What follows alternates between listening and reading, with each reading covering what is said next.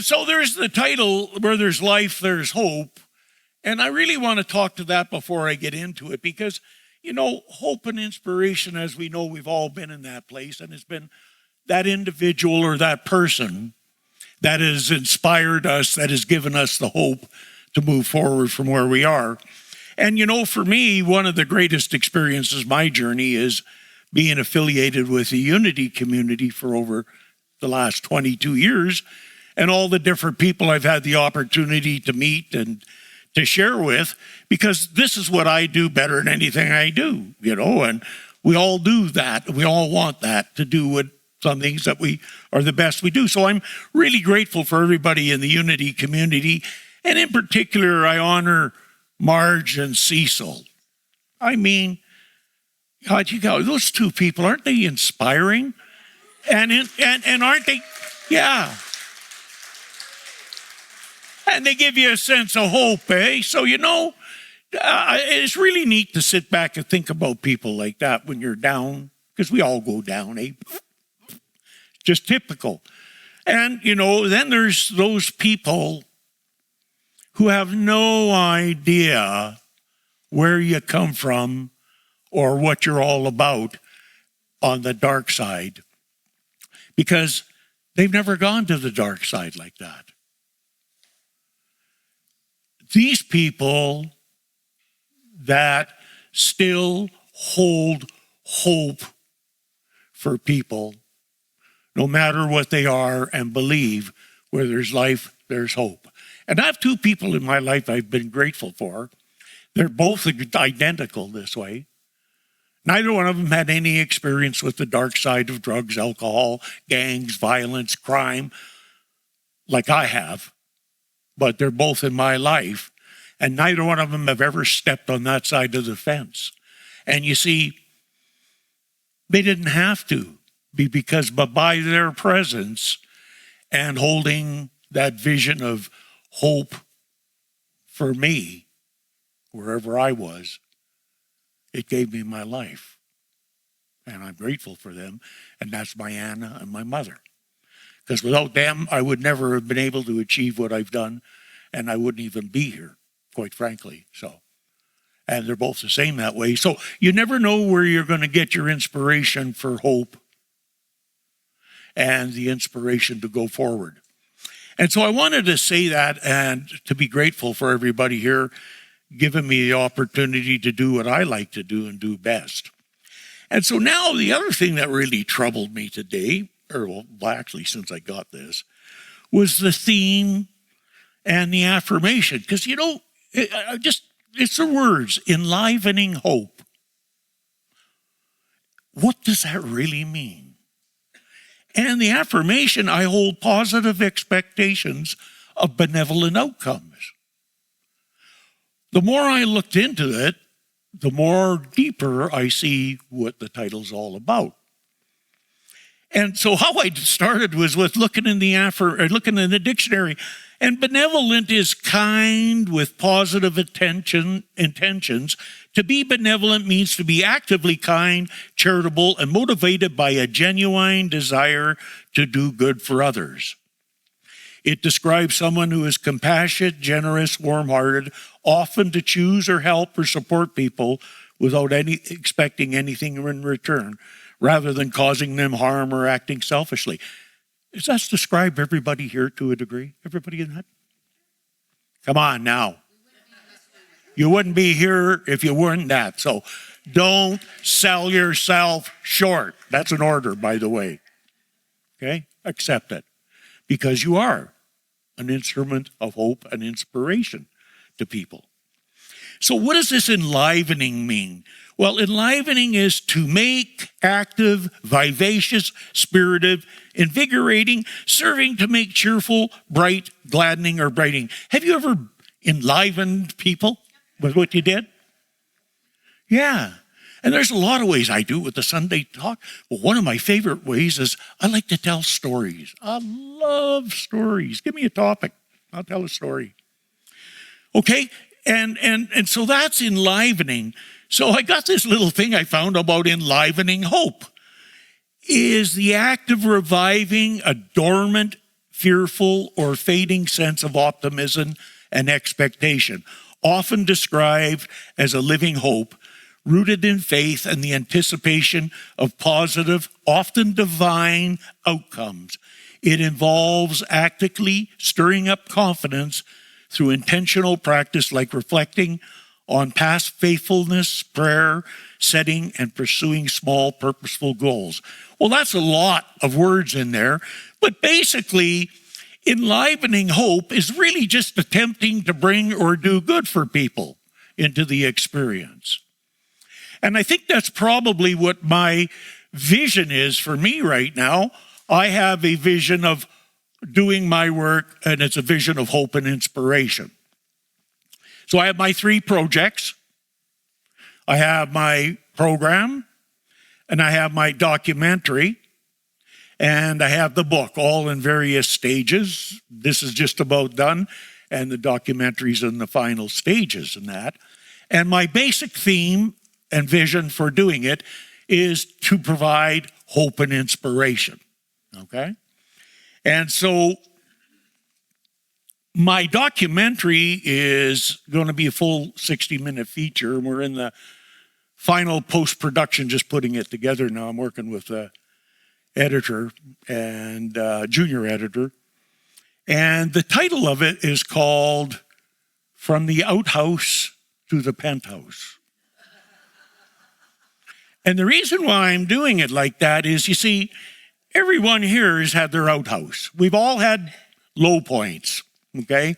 But there's that one that was your real outhouse. You know what I'm talking about. And then there's the penthouse. And you see, everybody's penthouse is different. It's not for anybody to define your penthouse. So on my documentary, will be a rainbow with a real nice penthouse and an outhouse. And then below it, there'll be 2 pictures. This one is the one that we just filmed, and it's my penthouse. And it's a picture of me, my daughter, my grandson, and my great-granddaughter playing together.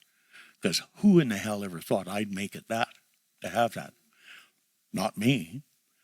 And then on the outhouse, we all have ours, is a picture of someone fixing up with a needle in their arm. That might not be your outhouse, but that was mine.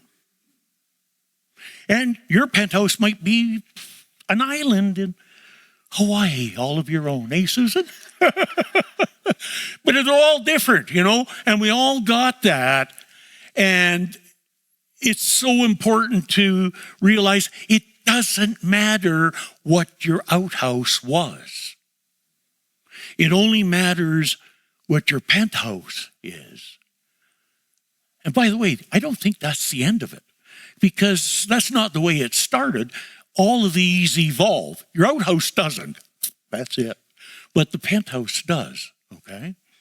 And so the idea for me to do this is hope and inspiration, giving some people something that maybe says, hey, if he can, I can. And my program is the how-to, eh? So I wanted to share that.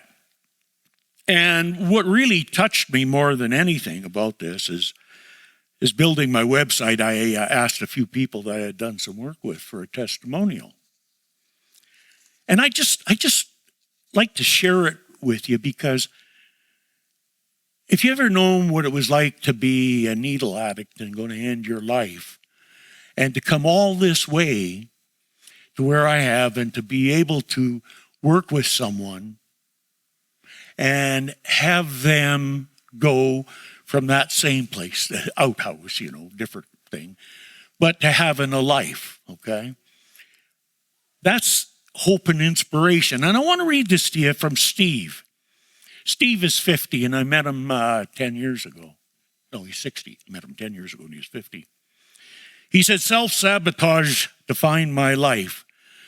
Sabotage was always lurking, hiding in my dreams and inspirations, wreaking havoc with my plans, relationships, and work.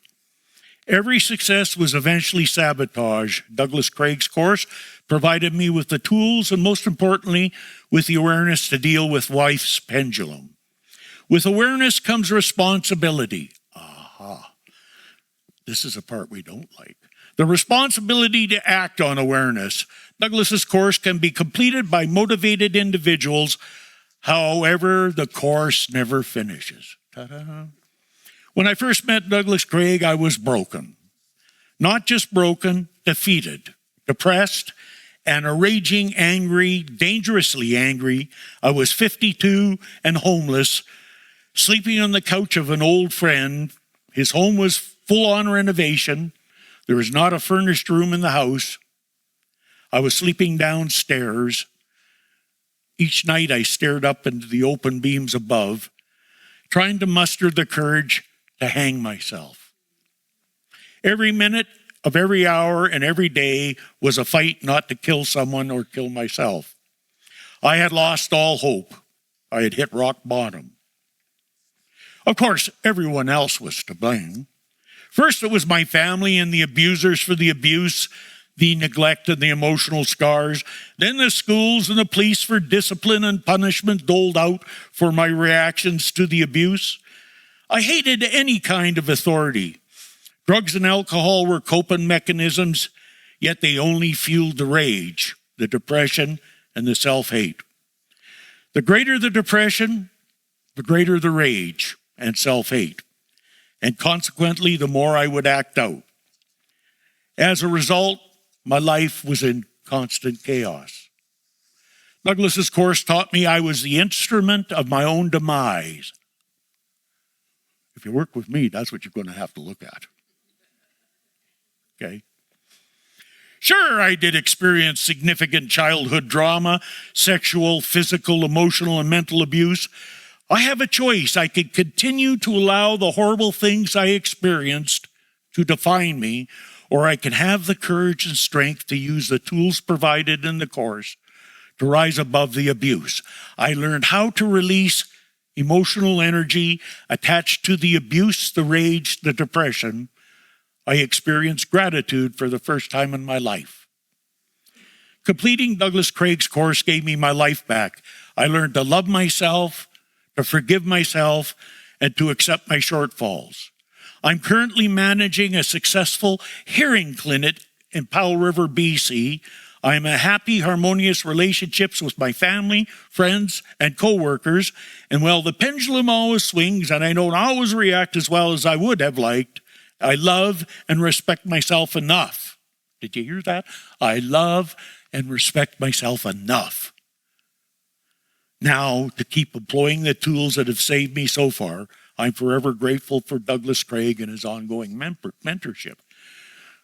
In addition to that, now Steve's in his hearing place, and he has a full-fledged partner that gave him 50% ownership, who's got partnerships in 80 other hearing clinics across Canada.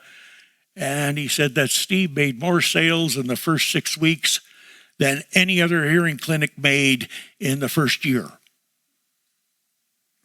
And he's in a relationship. And all of his family's great.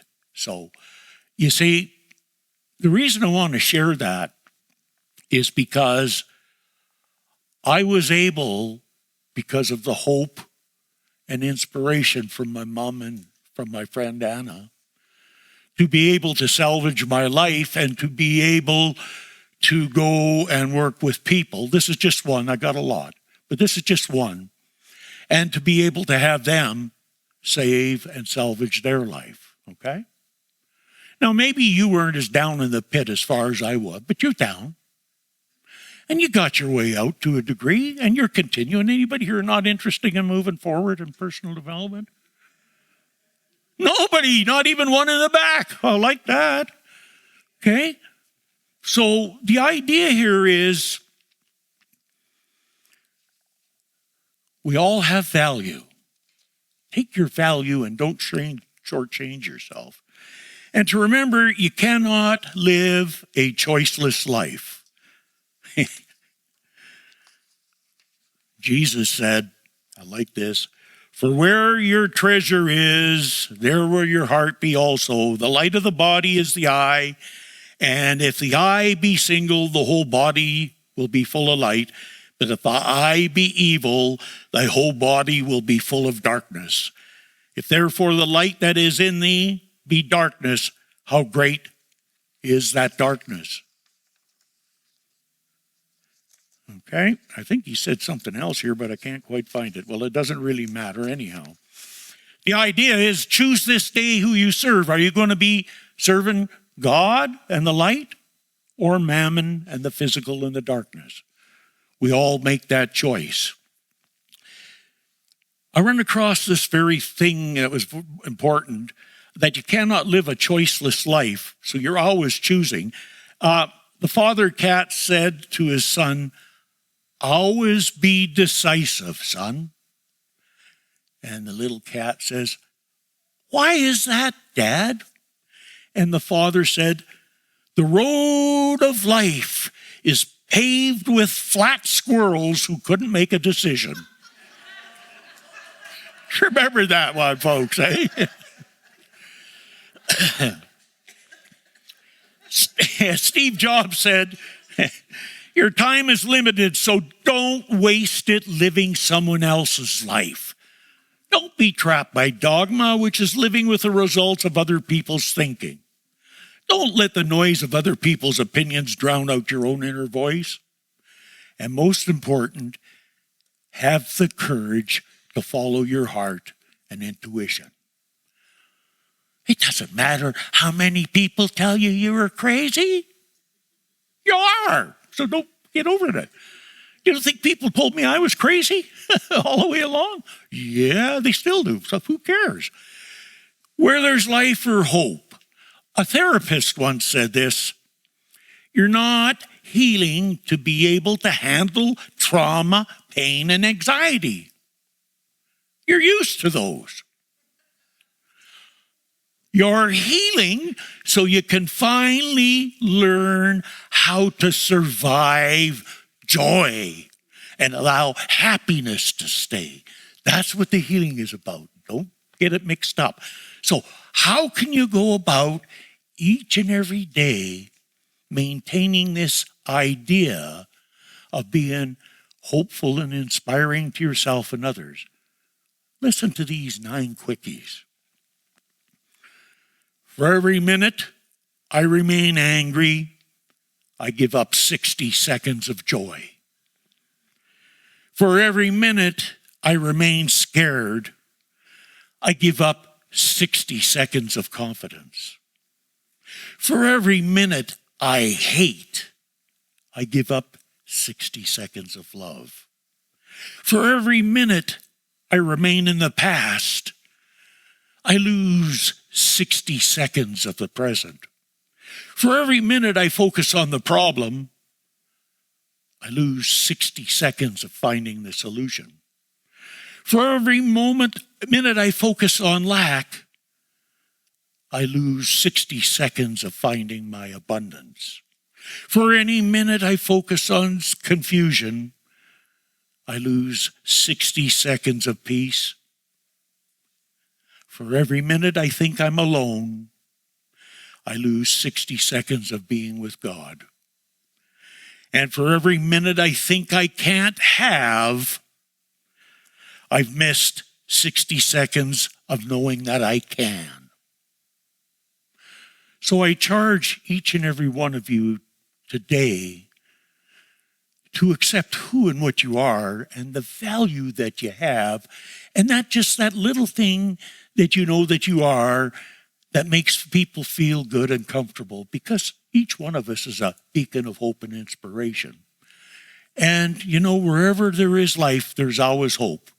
And sometimes it proves to be fruitful. I'm the example of it. So go forward knowing that God is good, God is great, so are you, and so it is. Thank you.